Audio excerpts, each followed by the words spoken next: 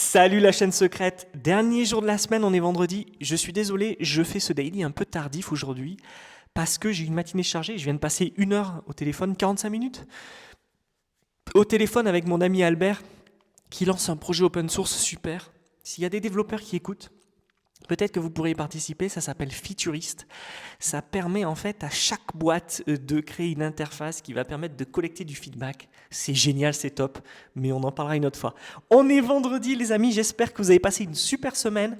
Moi oui, avec des hauts, des bas, comme à chaque fois. Et tous les vendredis, souvenez-vous, qu'est-ce qu'on fait? On répond aux questions. Alors malheureusement, il n'y a pas eu beaucoup de questions cette semaine parce que je m'y suis pris trop tardivement, je vous ai demandé hier de me les envoyer.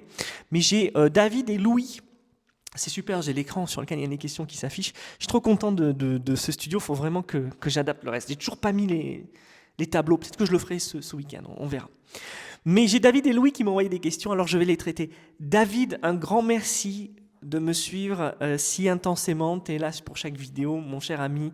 C'est pour les gens comme toi qui suivent la chaîne, comme Ramzi, comme Virgile, comme Vincent, comme Cyril, comme tous les gens du bootcamp. Je vous remercie beaucoup les amis. J'espère vous envoyer de la force, de la motivation et que ça va vous aider à continuer dans vos projets et surtout à progresser. Mais ça, j'ai aucun doute là-dessus. Et Louis aussi qui m'a dit via LinkedIn qu'il suivait pas mal la chaîne. Salut mon cher Louis. Je sais, il me semble que tu es en Bretagne. Je vais pas dire où pour pas révéler trop d'informations. J'y vais souvent. Peut-être qu'on pourra se voir la prochaine fois que j'y passe. Donc il m'a envoyé plein de questions. Je vais essayer de les traiter au maximum possible. Je pense que c'est plutôt intéressant. Alors, on va commencer par David. Il a 2 questions. Parce que Louis m'a envoyé une liste de ses pensées sur LinkedIn. Je les ai transformées en questions. Alors, comment fais-tu concrètement pour passer de la réflexion à l'action, surtout quand la motivation baisse? Je te remercie, mon cher David. C'est une super question. Pour passer de la réflexion à l'action, c'est extrêmement simple. Il faut essayer de synthétiser son idée le plus rapidement possible et de la lancer le plus vite possible. Je vous donne un exemple. Vous avez une idée de boîte, là, aujourd'hui, vendredi matin. Cet après-midi, vous mettez tout sur le papier. Vous passez 2-3 coups de fil rapides à des amis ou à des relations professionnelles. Je suis désolé, je te prends 10 minutes. J'ai un truc à te dire. Je vais lancer une boîte dans les tapis. Et est-ce que tu as des tapis chez toi? Est-ce que ça te plaît d'avoir des tapis? Si tu n'en as pas, est-ce que tu serais intéressé d'en avoir? Tu vois, je ferai ça à 2, 3, 4, 5 personnes et je vois si ça prend. J'enverrai un message sur les réseaux sociaux et le soir même, si ça prend, je fais une petite landing page ou un formulaire et je l'envoie aux gens et je vois ce que ça donne. Bon, ça c'est une méthode sympa, mais j'appelle ça une méthode à la con. Je trouve que c'est trop long. Je pense qu'il faut s'arrêter au moment où on appelle les gens. Il faut proposer une offre directement, ça va plus vite. Il faut proposer une offre, encaisser l'argent. Une fois qu'on a l'argent, on voit ce qu'on fait. La motivation, c'est quelque chose, j'en ai parlé hier dans la vidéo d'hier, il me semble, il ne faut pas s'attarder sur la motivation parce qu'en fait, si tu dois attendre la motivation pour faire des choses, tu ne la feras jamais. Tu vois? Donc voilà. Deuxième question. Dans un autre thème, peux-tu nous montrer avec quels outils matériels, logiciels, tips tu codes ou tu entreprends? J'adore cette question, mon cher David.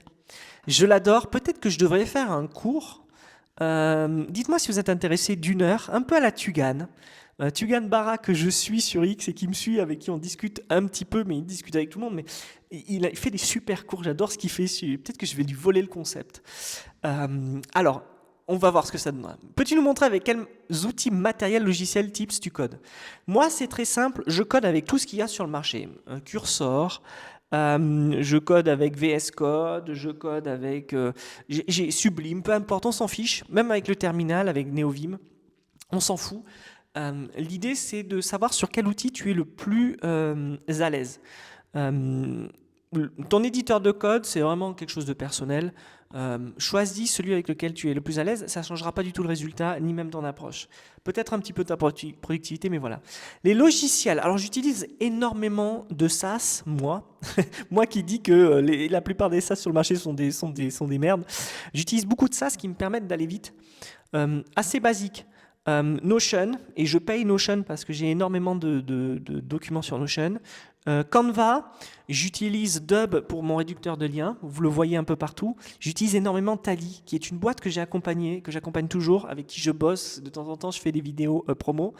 Marie et Philippe ont lancé cette alternative à Typeform qui marche super bien, que j'aime beaucoup. Et là, bientôt, je vais commencer à utiliser Workive. Je l'utilise en ce moment, mais comme on le construit dans mon bootcamp avec Pierre-François, Workive est génial. C'est un outil, un CRM qui est extrêmement simplifié, un Salesforce bien mieux que Salesforce, qui permet en fait, en vérité, de suivre vos processus de vente. Et ça, c'est plutôt intéressant parce que quand on a des clients, qu'on est une agence, un indépendant et tout, on a besoin de suivre ces processus de vente. Mais ça, on en parlera bientôt. Voilà. Ça, c'était pour la question de David. Je vais un peu vite. Peut-être que ces deux sujets demanderont des vidéos dédiées. Ce sera avec plaisir. Je vais parler maintenant des questions de Louis. Je vais les traiter. Comment tu gères ton entourage quand il ne comprend pas que tu ne veux pas un CDI tranquille? Alors, ça, c'est une super question. Je te remercie beaucoup, Louis, pour cette question. C'est vrai que le choix du freelancing ou de l'entrepreneuriat, c'est un choix risqué. Et qu'en France, on n'aime pas ça. Ce qu'on aime, c'est des petits boulots bien placés, tranquilles et tout ça, etc. Bon. La vérité, c'est que on ne travaille pas pour les autres, on travaille pour soi, les amis. Donc, même quand la famille et tout ça ne comprend pas, tant que vous arrivez à vous en sortir, à générer du revenu et pas être un parasite pour eux, il faut s'en foutre de la vie des gens, en fait. Vraiment, je vous le dis. Il faut que vous soyez fort dans votre tête et que vous vous disiez, mais c'est mon truc, c'est moi qui le fais. Et je sais que ça va m'apporter quelque chose de bénéfique. Et donc, en fait, peu importe ce que pensent les gens, je continue là-dedans, c'est mon truc. Donc, comment gérer son entourage quand son entourage ne comprend pas? Eh bien, soit il faut mettre une barrière, ne jamais en parler et dire oui, oui, ça se passe bien et s'arrêter. Ou soit il faut faire preuve de pédagogie et essayer de leur faire comprendre que en fait, ça marche très bien et ça marche très bien pour beaucoup de gens. Et donc, il n'y a pas de raison que ça ne marcherait pas pour soi. Voilà. Alors, je ne sais pas si ça répond à ta question, Louis, mais je pense que c'est ça. Procrastination / perfectionnisme, est-ce que c'est un auto-sabotage lié à la peur de réussir? J'adore cette question, Louis. Je pense que c'est une vraie question. Est-ce qu'on s'auto-sabote parce qu'on a peur de ne pas réussir? Je pense que pour la majorité des gens, la réponse est non. Je pense que les gens sont des branleurs. Je suis désolé, peut-être que c'est le cas pour vous. Je pense que vous êtes des branleurs et que vous ne passez pas assez à l'action et c'est pour ça que vous ne générez pas d'argent. Moi, je vous raconte pas à combien de projets je dis oui, combien de fois je passe à l'action et je ne gagne pas d'argent. Ça m'est arrivé plein de fois. Les failures, c'est la base. Il faut avoir des échecs. Si vous n'avez pas d'échecs, vous n'aurez pas de réussite, les amis. Multipliez les échecs pour multiplier la possibilité d'avoir des réussites. Et je pense que beaucoup de gens sont des branleurs et qui multiplient rien du tout. Et c'est pour ça qu'ils arrivent à rien. L'auto-sabotage lié à la peur de réussir, c'est totalement possible. Je pense que ça fait peur aux gens du jour au lendemain d'avoir quelque chose de successful et de le maintenir. Parce que beaucoup de gens ont des projets successful et ils n'arrivent pas à les maintenir. Je le sais parce que ça m'est arrivé. Et donc en fait, on passe la main. Soit on le vend, soit on le donne, soit on fait autre chose. Bon. Ça, je pense que la procrastination, c'est quelque chose qui nous touche tous. On passe trop de temps sur les réseaux sociaux. On passe trop de temps à faire des choses qui sont nulles et qui ne produisent rien. C'est vraiment difficile, les amis. Vraiment, je vous le dis, de battre ça. Il faudrait être productif toute la journée dans un monde idéal. Et je sais que c'est un peu un truc de NAZI. Je ne peux pas le dire sur YouTube, mais c'est quelque chose qu'il faut absolument combattre. Je pense qu'il faut essayer de se détacher de tout ça au maximum possible. Pourquoi en France l'argent est-il un tabou alors qu'à l'étranger c'est plutôt la pauvreté qui l'est? J'adore aussi cette question, Louis, un grand merci. Je pense qu'en France l'argent est un tabou. Je vais essayer d'être hyper synthétique rapidement. En France l'argent est un tabou parce que la réussite c'est mal, c'est être greedy, c'est-à-dire avare. C'est vouloir de l'argent, c'est mal parce que tu veux t'approprier des choses, avoir la propriété, et ça ramène à l'individualité, à ce que nous sommes tous. Nous avons besoin de propriété, nous avons besoin d'avoir notre chez nous, notre petit cocon et tout, et qu'on a un héritage plutôt catholique, et que l'idée c'est vraiment de garder l'argent, de ne jamais le donner. Et en fait, c'est contre-productif, c'est absolument pas solidaire en fait. Avoir de l'argent, c'est pouvoir le dépenser, c'est le redistribuer. Et le communisme, c'est tout l'inverse de ce qu'il prétend être. Selon moi, le communisme, c'est plutôt une arnaque pour faire travailler tout le monde, que tout le monde devienne des esclaves et que juste une partie de la société, une toute petite partie de l'élite, puisse vivre sur le dos des autres. Et donc en fait, on entretient ça, l'argent c'est tabou, c'est pas bien d'en gagner, mais en fait l'argent, ça va vous permettre de changer de vie, de changer de point de vue et de vous rendre compte que c'est un poison qui ne sert à rien en fait. Je veux pas faire de philosophie de politique ici, mais au fond, avoir trop d'argent, c'est toujours mauvais. Mais moi, j'adore, je fais ces daily parce que j'adore les faire. Ça me rapporte pas d'argent. Peut-être qu'un jour, ça me rapportera 10 millions d'euros par an, on s'en fout.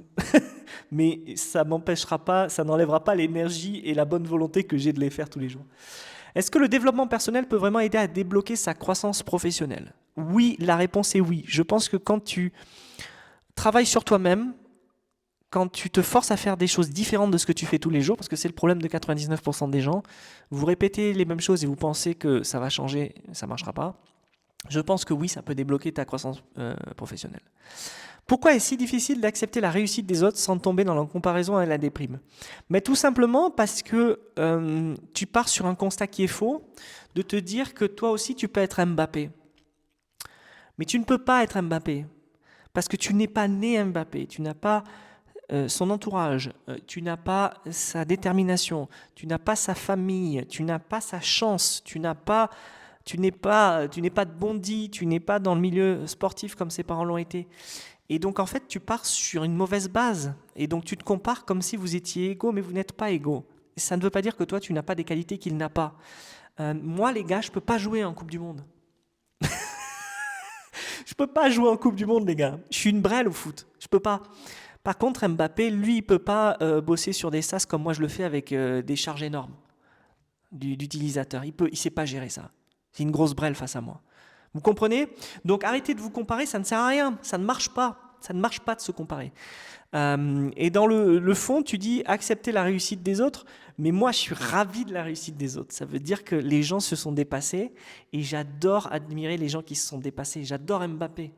Je suis absolument pas haineux d'Mbappé parce qu'il joue en Coupe du Monde et que moi je peux pas y jouer. Au contraire, je suis admiratif, j'adore ce qu'il fait, j'adore le voir réussir et je me réjouis toujours de la réussite des gens. Et d'ailleurs les amis, si je fais mon bootcamp, je vous le dis de suite, c'est pour que tout le monde réussisse, pour que tous les gens qui viennent dans ce bootcamp réussissent. Et je suis ravi après de devenir soit leur advisor, soit de les aider à réussir. Et j'espère véritablement, ce serait ma plus grande réussite, que tous les gens qui ont mon bootcamp deviennent 100 fois plus successful que je ne le suis à mon petit niveau. C'est mon objectif, sinon je ne ferai pas ça. Bon, il reste 2 questions. Est-ce que couper certaines sources de distraction comme les communautés en ligne peut réellement rendre plus efficace? Oui, tu perds ton temps sur les réseaux sociaux, mais moi aussi. Et c'est très dur de se battre contre ça, mais il faut absolument qu'on limite le temps. Pourquoi développe-t-on si souvent un SaaS projet à 90% sans jamais le lancer ni même le montrer aux utilisateurs? Parce que ça revient à l'idée d'avoir peur de t'auto-saboter et surtout... Peut-être parce qu'en fait, et ça je réponds, ça c'est hyper intéressant. Pourquoi développe-t-on souvent un side project à 90% sans jamais le lancer? Je vais te dire mon ami. Parce qu'en fait, tu n'es pas un entrepreneur. Parce qu'en fait, tu es un builder. Tu adores construire des choses. Donc tu es un développeur dans l'âme. Donc si tu veux gagner le plus d'argent possible, ne sois pas entrepreneur, va bosser pour les autres. Et là, fais-toi payer de plus en plus. Et là, tu vas vraiment, vraiment évoluer. Vraiment. Je te jure, je le sais parce que c'est exactement le chemin que j'ai pris. Donc, c'est pas grave, on s'en fout des side projects. Les side projects, après, tu peux le garder pour toi, le publier, faire comme moi j'ai fait avec Timer.cool, le lancer, voir ce que ça donne. Il y a quand même 100 personnes par jour qui l'utilisent, j'ai vu. Mais ça, c'est parce que, comme j'ai pas mal de gens qui me suivent, j'ai des gens qui l'utilisent. Mais c'est pas grave, publie-le ton side project et puis n'aie pas des attentes de folie. Ne crois pas que c'est comme le film sur Facebook, que tu vas lancer le truc et que ça va péter. On s'en fout de toute façon. Le principal, c'est que les gens l'utilisent. C'est ça. Et si tu vois, comme je viens de te dire, Timer.cool, il y a 100 personnes qui l'utilisent dans le monde, je suis super content, ça me rapporte 0. Comment expliquer le sentiment d'imposture, même quand, et c'est la dernière question, même quand on a déjà l'expérience et les compétences? Tout simplement parce qu'il y a des gens en ligne qui sont capables de te faire croire qu'ils sont extrêmement bons, qui sont les meilleurs, qui gagnent des millions d'euros. C'est peut-être vrai, mais ils ont cette arrogance que tu n'as pas et qui te rabaisse tout simplement au quotidien. Et ça, c'est quelque chose que je déteste.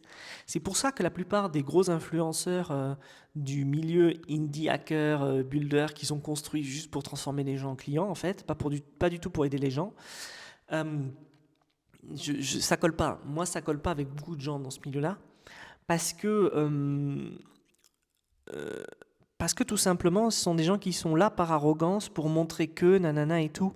Ils ont un ego pas possible. Moi, je suis pas là à vous montrer ma voiture, à vous montrer X, Y, Z. Je suis pas là pour flexer, j'en ai rien à foutre. Vous avez vu, je m'habille comme si j'allais au bureau. Enfin, je viens ici comme ça, je fais les choses authentiques parce que mon but, c'est pas de flexer, que les gens se disent waouh, Guillaume, c'est un multimillionnaire et tout ça, etc. D'ailleurs, je vous dis ça parce que je suis pas du tout multimillionnaire, déjà d'une part, mais surtout parce que les gens viennent me demander en commentaire comment on fait pour devenir millionnaire. Et ça, c'est l'exposition. À force de s'exposer, les gens y croient que. Mais c'est pas du tout le cas. Moi, je suis là pour échanger avec vous et tout. Et donc, en fait, il y a beaucoup de gens qui ont compris ça et qui l'utilisent en faisant croire qu'ils sont super riches et donc payent mon cours pour devenir riche comme moi. Voilà, c'est ça qu'ils disent. Et moi, je déteste ça. Je déteste ça. Et donc, en fait, tu as un sentiment d'imposture parce que tu vois ces gens qui réussissent à mort, mais en fait, ils n'ont pas plus réussi que toi. C'est juste qu'ils sont plus marketeux et plus menteurs. Et la plupart, d'ailleurs, ne savent absolument pas coder et ne sont absolument pas dans un esprit de builder. Ils ont juste compris que les builders rêveraient d'être XY. Voilà les amis, c'était la fin des questions. Louis avait plus de questions que David. J'espère que ça vous a intéressé. J'espère que c'était cool cette semaine de daily. J'étais ravi de la faire. Je fais aussi mon daily en anglais qui est sur un autre axe. Je parle un peu plus de ma vie. Je pense que ça va devenir comme ça ici sur la chaîne secrète. C'est pas super intéressant que je parle tout le temps de business, de tech et tout, même si je sais que beaucoup d'entre vous êtes là pour ça. Mais je pense que ce qu'il y a d'intéressant, c'est quelqu'un qui me l'a dit cette semaine, qui m'a dit j'adore ton point de vue, tout ça, etc. Et en fait, il y a 2 ou 3 personnes qui m'ont dit ça en même temps, c'est marrant. Les gens, ils disent j'adore ton point de vue, ta façon de voir les choses et tout. Merci beaucoup. En tout cas, j'essaye d'être honnête et de dire ce que je pense et de pas faire de bullshit. Voilà, tout simplement, les amis. C'est la fin de ce daily. Je crois que ça va être le plus long de la chaîne. Mais voilà, on se retrouve lundi, les amis. Ciao!